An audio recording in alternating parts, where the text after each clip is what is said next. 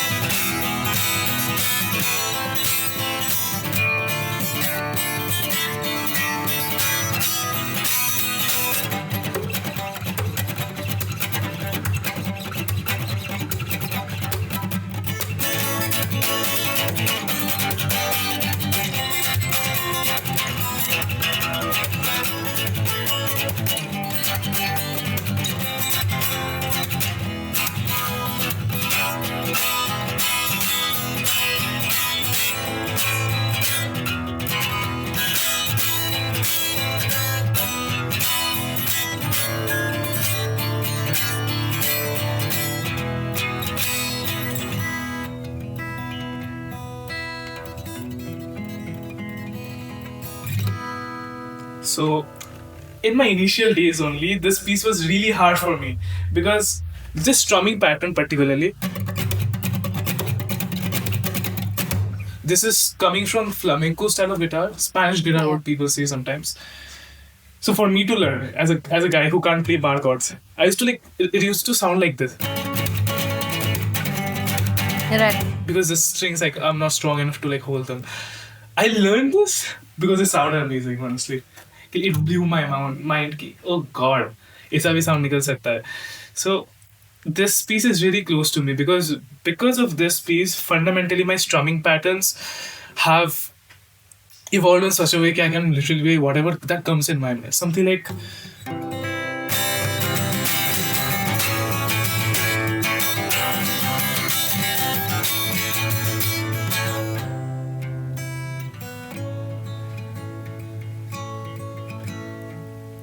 This segment is part of one of my compositions, and this free flowing of strumming, it's coming from that. So it's a really cool kind of technique that I've learned and have been mastering for the beginning only. Amazing.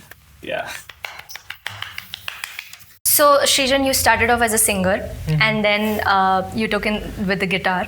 So I'm kind of curious about that shift. So, there is a difference between singing a song and holding the whole song and carrying it with your own hands. So how did that change happen? It's actually kind of depressing now that I think about it. I actually started off as a singer from the age of 10 only. I was in an institute. I was learning music formally. I was learning Rabindra Sangeet. Okay. Yeah. Now, there used to be this whole huge difference or dissonance I used to face because in my music academy, people are appreciating me. I'm loving to like sing and explore music. I'm doing shows as well from my academy. But whenever I used to sing in school, Yeah. I don't know what used to happen with the teachers. They used to be really they used to criticize me a lot, and sometimes I just didn't feel appreciated. So I always had this doubt: ki, do I even sing well?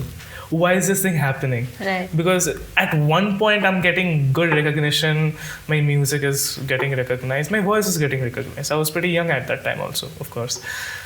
And seeing that disparity happening in school, and there used to be this funny thing happening in school where they used to take the toppers for singing. Yeah. And my question is, how is that logic coming up? They're good at studies, let them be good at studies. I'm good at music, or at least I suppose I am. Just let me do that thing, no. And that clash, that inequality hit me like a truck at that time. But it was not that bad. I was still I kept singing, but in my puberty, my voice broke down. As of course, it happens with everyone. In that time, the doubt became worse. And I was like, "मैं इतना बुरा गला है. No wonder people don't like my singing." And I just stopped singing from that point. Right. Luckily enough, I found guitar at that time, so it was like a whole.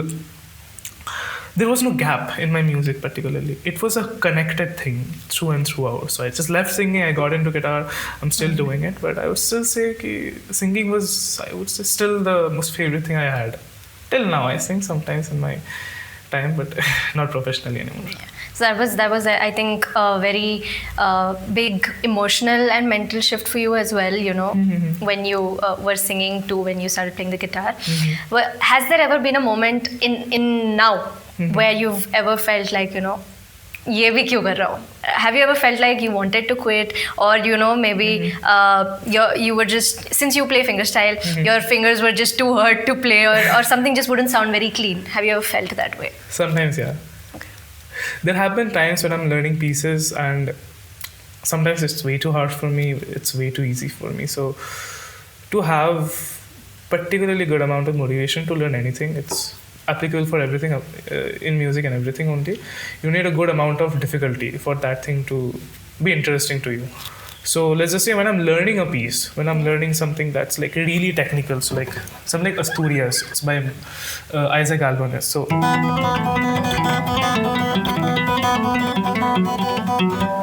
So pieces like this, they are very difficult, but of course they're like musically very pleasing also. So learning them is a challenge, but I want to take that challenge uphold. But there have been times I just felt like the piece is way too hard. I'm stuck in that moment, and if I try learning something else, so it's like really easy. Right. So there have been those walls, but it's just like you keep breaking them, and that's how you move forward. So usually, the piece that you just played, how long would it take you to learn something like that?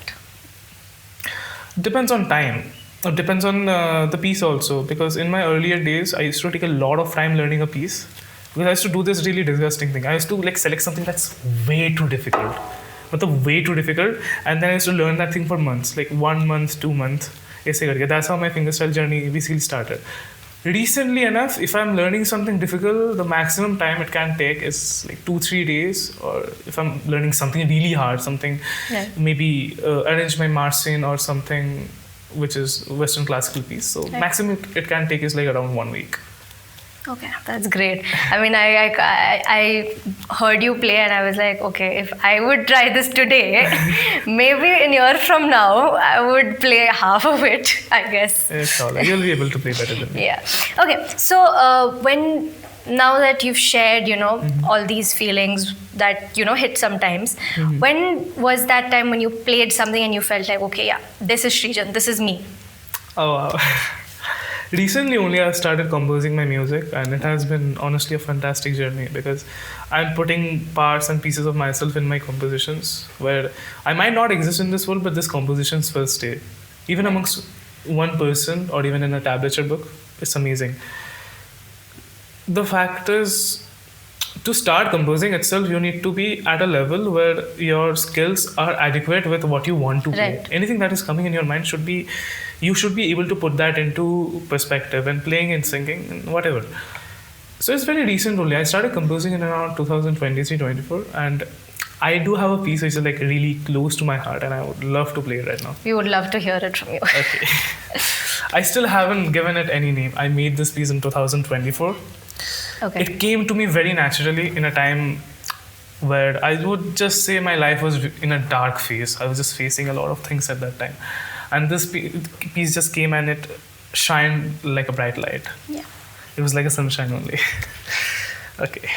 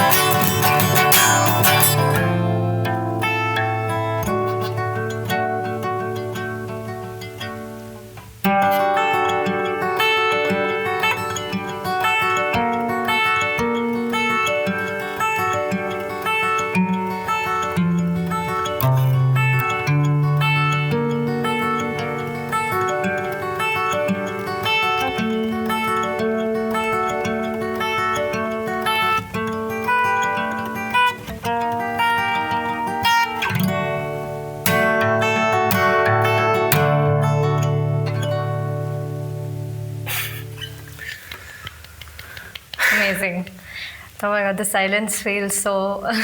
I don't know. I feel like I can still hear it in my ears, and you were totally right when you mentioned that it sounds like sunlight. It actually does. But every time you get back to that one part of it, right? Are you talking about this? Yeah, yeah. That totally sounds like you're sitting in like a sunflower garden and there's like sunlight and all that. Amazing. Thank you so This much. sounds amazing. So, Srijan, you're studying psychology currently, right? So at what point did you realize that, you want to understand minds as well as melodies? This needs a very long answer, honestly. Yeah. Psychology has been like honestly a big part of me since childhood only alongside music, because seeing people, understanding people, and how they behave is very fascinating. Every person honestly is like a story in itself. Everybody is super different. How they have been raised, what their childhood has been, the places they're coming from. And coming to Bangalore itself, I see a lot of people outside the country, from Kashmir, from Bengal, from Orissa, from Bangalore itself. So seeing people and understanding them is fascinating. It's like everyone has such different shades of color, some good, some bad. So stuff like that is there.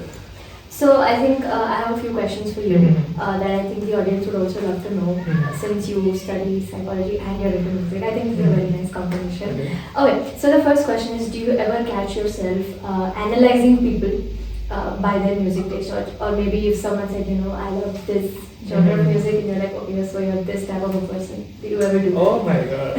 Okay. I'm gonna tell this honestly, whoever is listening, I'm just gonna be brutally honest. A person, when they say that they listen to everything, it's a very false conception. You don't listen to everything, okay? I think what the person tries to mean is that they listen to everything that comes to them, which might seem at times like that is all there is music. But music is very vast. It has so many genres. In metal itself, there are like multiple genres in metal, like black metal, death metal, there's thrash metal, there's so many genres in that only. In classical itself, there are so many rags, then there are so many theories, particularly Carnatic music is there. Yeah, exactly. I'm not into a lot of Indian music right now, but I've been once and it's amazing. Every kind of music is amazing, honestly. Whether it's pop, whether it's rock, whatever is happening, there is content being put into that. And when people say that they listen to, it's not possible. For a musician itself, it's not possible because we have our own tastes and such. So when someone mentions a particular genre, you can hear it, you can think about it, and you can create a formulation of what kind of person they are based on that. Because if someone tells me that they listen to Radiohead after just waking up, my first concern will be, are you all right? Are you alright? Yeah. What is happening with you? That makes sense. So I think as if we're in music or any art form, when we listen to someone else share something about that art form, obviously your mind would create a perception of that person in your mind. Oh, so you're this type of person, and this is how I should come off to you. This is how I need to talk to you. So I think I do that, and listening to what you said, I think you It's totally very agree with it. Yeah. Very Okay. So do you think that our music tastes define who we are, or you would have seen those quizzes that are available online, that which tell you what kind of person you are based on your choices. So do you think our music taste does that? Our music taste can be said that it's a combination of the kind of accumulated experience you've had over your life. So that's why most people, if they have not had very specific events happening in their life, most of the people I've seen coming from anecdotal data itself, that they listen to pop music and it's alright, it's fine. I've seen that music, you choose the music that has shaped you. Your environment shapes you, right? Yeah. Classical conditioning. Yeah. So coming from that, you choose music based on what has happened in your life. I don't want to take a Radiohead reference again. Very depressing, honestly. But apart from that, personally, I used to listen to J-pop earlier. Then I now listen to other genres, which is a lot more technical, like prog rock, prog metal itself. I'm getting into jazz also. So it's a vast world out there. And to judge someone, the fact is from a musician's perspective, if you hear someone talk about music, the way they talk about you, just know what kind of person this is. Yeah, I think musicians are kind of lucky in this aspect because for music listeners, they will find music that is relatable to their experiences. But you won't find specific music that will like totally relate to your experience and speak to you. But for a musician, when you are creating music, you have that specific experience in your mind, and that will kind of help you make the music that you want. That's what I feel like when I'm listening to a song, I can't really find a song that is exactly speaking to what I'm feeling right now. If I'm feeling upset about a specific thing, I can find a song that will make me feel like, it speaks to me when I'm upset. But it doesn't speak to me when I'm upset and I have assignments and I have a music recording. It's not really speaking to me. But if I would try to make a song on that, I think I would have a song exactly catered to that experience. What do you think about that? That's the reason I make music. I just put and encapsulate every emotion that I feel on paper and as well as instruments. And it's fun itself because let's just say you have found the music that you love listening to. Yeah. There might be bands who you can listen to all the time. They might have different emotional profiles as well. So let's just say a band has very sad songs, has something very joyful and energetic. So some people, if not a good amount of people, they just live by that. But from a musician's perspective, you'll always find traces and points where no song can describe what you're feeling at that particular instance, and that is where you come in. Yeah. And you just create things on your own. And you can do the other thing as well. That is, let's just say you have a song for a particular emotion. You can write it on your own as well. It's very fun. Yeah. Okay, so the kind of songs that you listen to, is it different for when you're playing it out to people? Is it like for me, I would probably be singing like a Bollywood song or like a peppy number for the audience. But then what I listen at home in my room in my headphones is totally different. It's way different. Or if I'm sitting in an auto and just listening to music, it's totally different from the songs that I would perform. I mean, I would not perform the song that I listen to. But has that ever happened to you? The music that you play by yourself when you're alone, is it different from the music that you play for the audience? It will always be like that. If you're doing music on a commercial level, in the beginning where people don't know about your music, you have to play things that pleases the people. And it's like taking a bullet to your pride, but in the initial days it's very profitable because if you're doing commercial music, if you're going to pubs, you're going to bars, or you're getting concerts also where you're doing cover songs, it's gonna fetch you money. So in the short term itself, it's very helpful. And personally, I have done gigs like that where I've played or struck chords for the pop songs that exist. And there's a good way of making it enjoyable is by selecting pop songs which you like. So I personally, in terms of pop or Bollywood, I would say I love Arijit Singh, I love Sonu Nigam, I love A.R. Rahman, I love KK also. So if I'm ever doing something that's commercial, I'll be selecting songs from those artists particularly because people will love it, people know about it, as well as I'm getting the money also, which is kind of like the primary goal in cases like this. But what you play by yourself, is it the same thing or is it? Yeah. Okay. So there is another thing with musicians. I think it's an all over the world fact that musicians face. Do you ever hate your own recording when you're like recording and then you listen to it and you're like, oh my god, this is so bad, and then but when you're playing live it's like, oh my god, it sounds so good. Then you listen to it and then you're like, what did I just play? Has that ever happened to you? Oh, all the time. It's very relatable to everyone that performs or does music. Sometimes you just want to scream and like, kya baja hai maine? What have I done? It sounds horrible. How can people cheer at this? Yeah. Those experiences are always part of it. Yeah, I think it is a universal fact for all of us where everyone's just cheering and you're like, बहुत अच्छा लगा, you come down to the stage and बहुत अच्छा लगा, so good, you're so blessed. And then I just asked for the video and then I looked at it and I'm like, okay, so if I was a non-music person, I would be like, oh, this is amazing. But I think since we understand music on that level, we are very critical of our own music. I think that is something is playing in your mind. If you don't put that out exactly, it is gonna be penny in your mind. Why didn't you do it? Why didn't you do it? why did you, क्यों नहीं हो रही है अच्छे से play? Yeah. Stuff like that. Yeah, totally. I think recently I had performed somewhere and it was an amazing crowd, you know, there were flashlights out and everybody was enjoying the atmosphere. And I also felt really nice, you know, the sound system didn't really help me realize I was singing off or anything.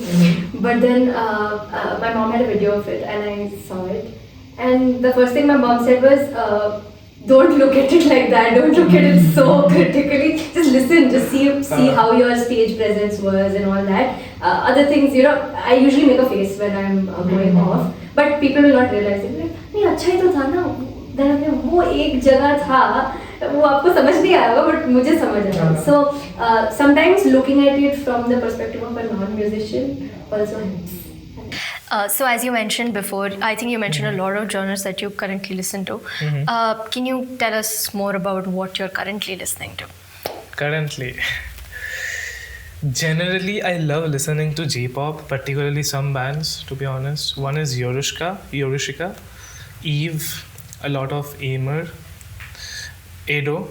There are a lot of more bands and singers I listen to, but these are like the most primary people I go to if I ever have to listen to J-pop. It's amazing, particularly Yorushika. Like, big fan of their work. And right now I'm listening to a lot of Tool. It's a progressive rock / metal band, you can say. Recently I was listening to a lot of Dream Theater, Steven Wilson. Of course, his band also, Porcupine Tree. And some other stuff also, like that dates back to like really beginnings of rock and roll and progressive rock itself, honestly. King Crimson, Rush, Pantera. There's another band, that's Black Sabbath, of course. It's very famous, Ozzy Osbourne. Immaculate music. Yeah. Led Zeppelin. So those as well. Sometimes I've been listening to blues also. B.B. King, Albert King, and of course John Mayer. The new generation, but amazing music he has. So has this kind of music kind of shaped you into who you are today? Does it, what would I say, does it, I think, add on to the person that you are today? Honestly, yeah. J-pop has made most of my fundamentals and buildings on how I view music, and I try creating music. But the elements that you learn from any genre, you can just make it your own and use it as weapons and pieces of creation.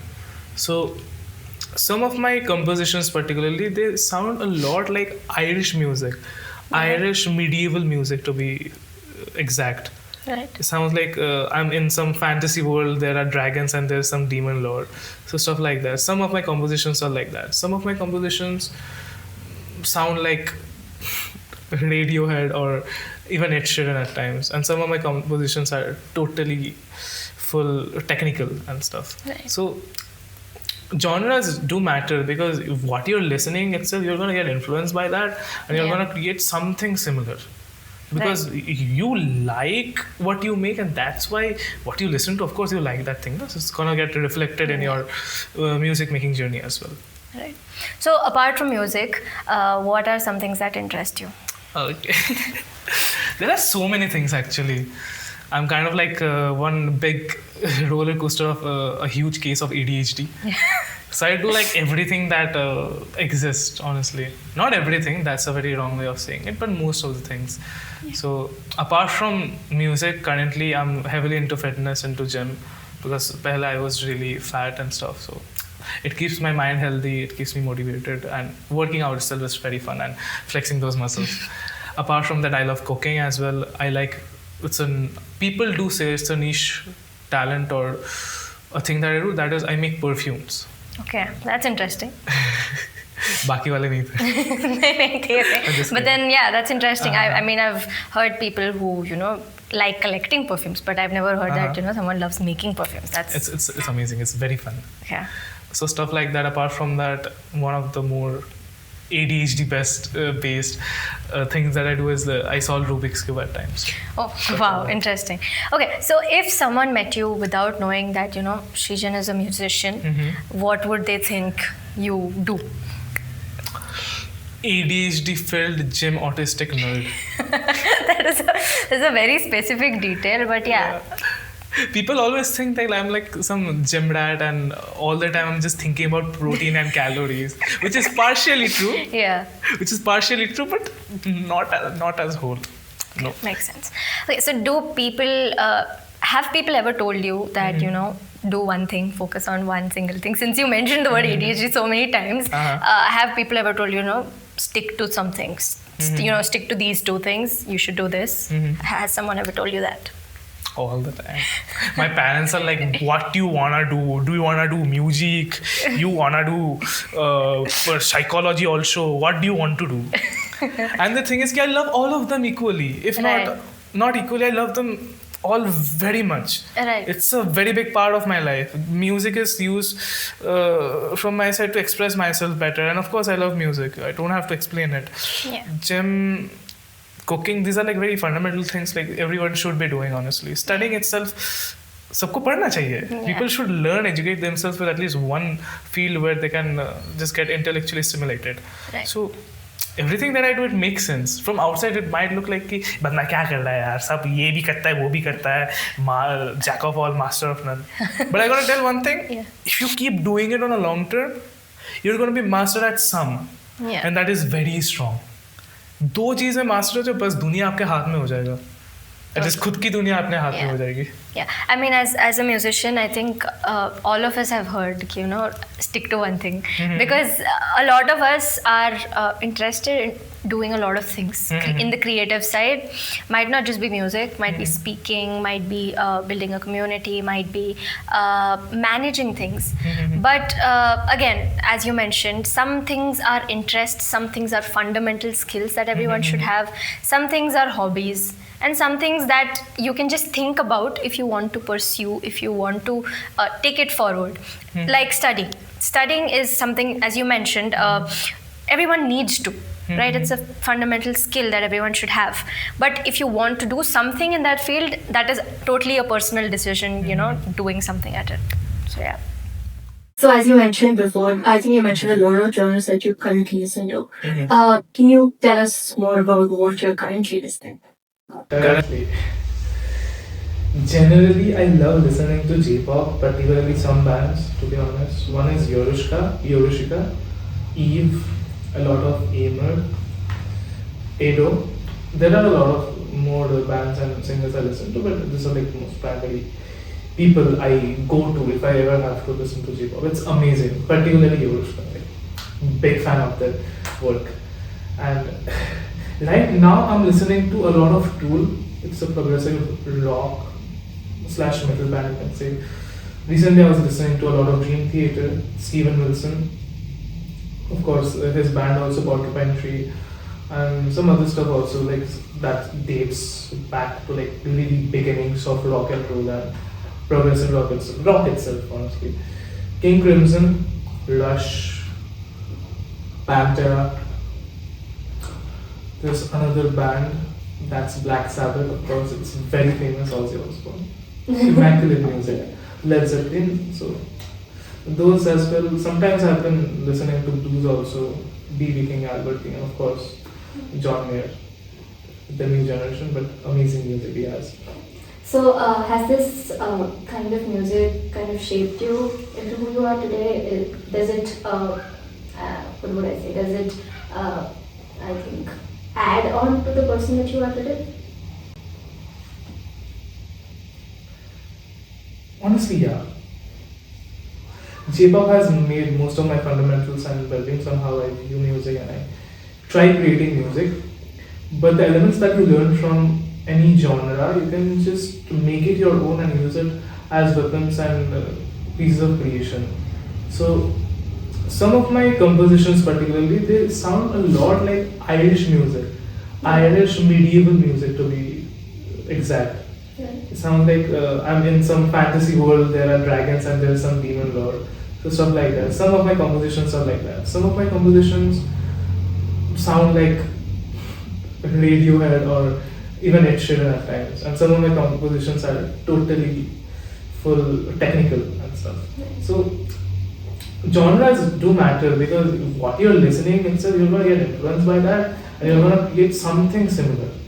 Because you like what you make, and that's why what you listen to, of course, you like that thing. It's gonna get reflected in your music making journey as well. So apart from music, what are some things that interest you? Okay. There are so many things actually. I'm kind of like one big roller coaster of a huge case of ADHD. So I do like everything that exists, honestly. Not everything, that's a very wrong way of saying it, but most of the things. So apart from music, currently I'm heavily into fitness, into gym, because when I was really fat and stuff. So it keeps my mind healthy, it keeps me motivated, and working out itself is very fun and flexing those muscles.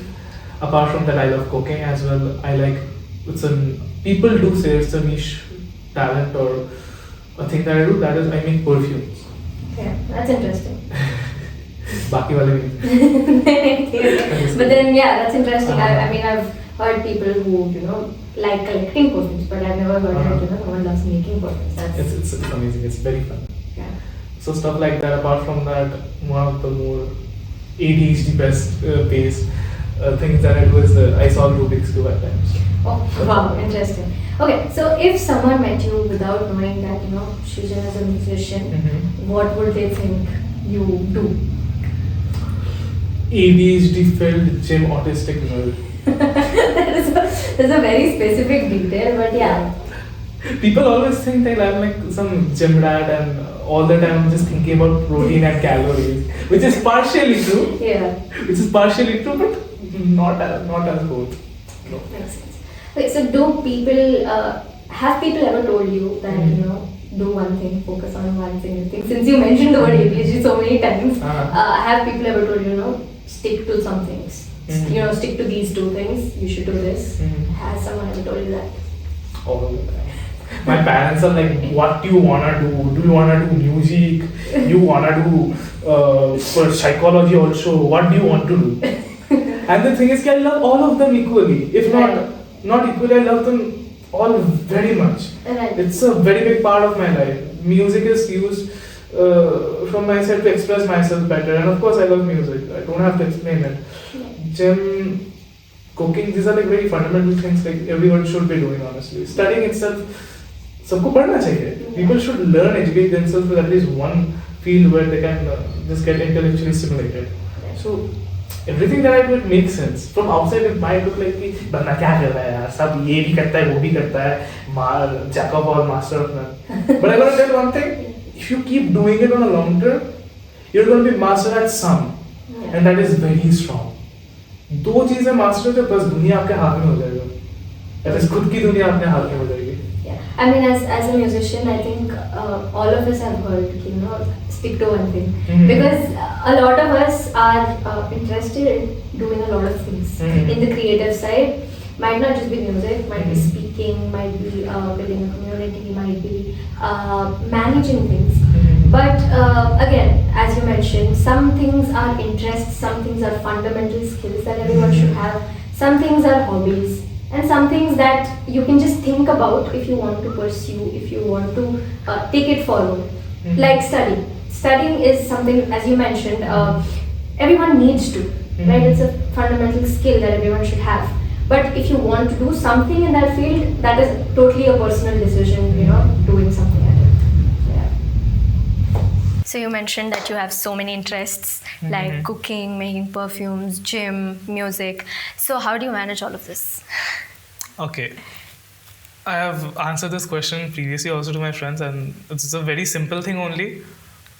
First, you need to categorize how much time you need to put on certain things, because let's just say I'm working out, right? I won't be working out for 10 hours a day. Max to max, it's gonna be like 1 hour, 2 hours if I'm doing cardio as well. So let's just say if I account like I'm working out for 1 hour, so that's like a daily thing. So I will do that every day. I'm a student also, so I have to study psychology briefly. I have to read articles as well as I have to finish and read books, make ideas on my own. So that kind of happens in the back of my mind all the time, at least the thinking part. Studying, of course, you study before exams as well as if you have particular niche genres in that field, whatever you're pursuing in psychology, maths, whatever. So you just keep keep following the literature that exists for that, and that takes like 2 or 3 hours that you might do once a week, twice a week, or alternate days, or like you can do it daily also. So you just have to make time for it. So let's just say I'm making perfumes, right? I generally don't need time to practice that thing. That thing is always in my mind. What kind of formulation I can make? Maybe I can combine chocolate, vanilla, guava. I just came up with that right now. So it's just that when you're doing a lot of things, you have to manage them well and you need to be really effective with it. And with that, you can do so many things. Because recently, I've started getting into public speaking. I am feeling to get into like professional debates as well. So those are like very fundamental skills also. Public speaking definitely is. You need to be confident in front of people. It's gonna give you a lot more opportunities. And as a musician, you need to present yourself on the stage. So it's just a cheat to get on stage a lot more. Yeah, nice. Okay. So can we hear you play something for us? Okay, I'm gonna say key not progression. Growth itself is just a perpetual timestamp of progression. Okay, I'm gonna say that and then say like how has it been in your guitar as well. So growth itself, it's basically a perpetual timestamp for how you're progressing. And progression itself, it's very important in any field that you're working in. Right. So, how has that, whatever progression you mentioned, whatever growth that you mentioned, how has it been portrayed into your guitar? Do you want to? Oh wait, I need to play a piece then. Yeah, sure. So in my recent days, not recent, particularly in my younger days, I used to listen to a lot of acoustic pop. Okay, so I think you've heard this song. It's really romantical. I don't know how that's applicable in my life, but anyways. Please go ahead. Okay, just get the song.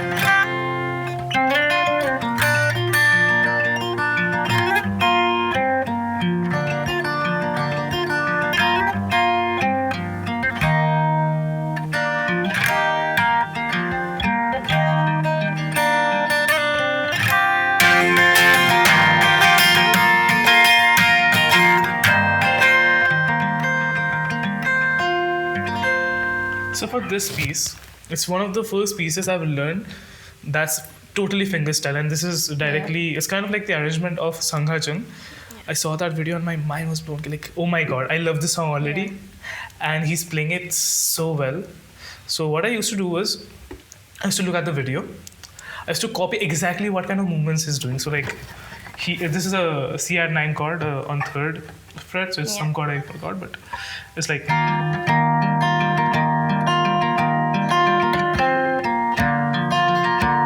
So this shift where I'm moving bass finger to it's basically just shifting the bass note itself. So this kind of small details, that is progression. Because pehle, when I first learned this piece, I used to like play it like this only.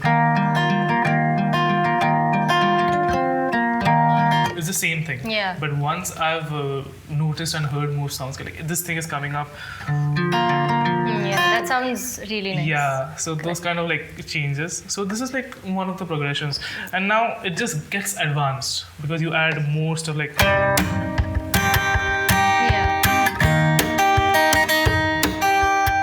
So I'm using this as a base. Yeah. I'm editing this as slap, so it's like how thrash sounds on drums particularly. So you can keep adding stuff. So in terms of progression itself, there are so many techniques and so many things you can do while playing fingerstyle. So let's just say I'm gonna play something. I hope the guitar nerds know about it. I'm not playing in the exact key or like the exact notes because I have to like tune down my guitar. But Yeah. it's Neon by John Mayer. Keep rolling.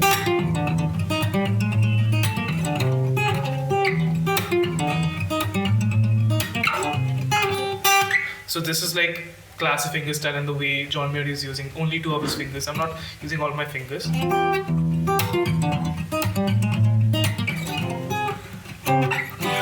So that's the type of fingerstyle. Now let's just say I'm playing something that's a bit on math rock, honestly. Something like Polyphia. So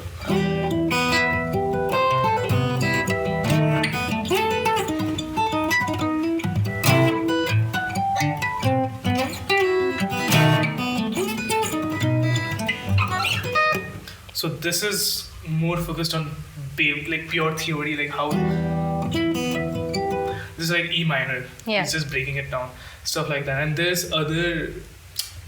I wouldn't say it's progression, but it's like a total genre in itself. That is how Marcian plays guitar. So it's like Yeah, that is. I think I've watched him so many times. I'm always mind blown whenever I watch him play. so he uses Yeah. the guitar as a percussive instrument Yeah. also. So it's like.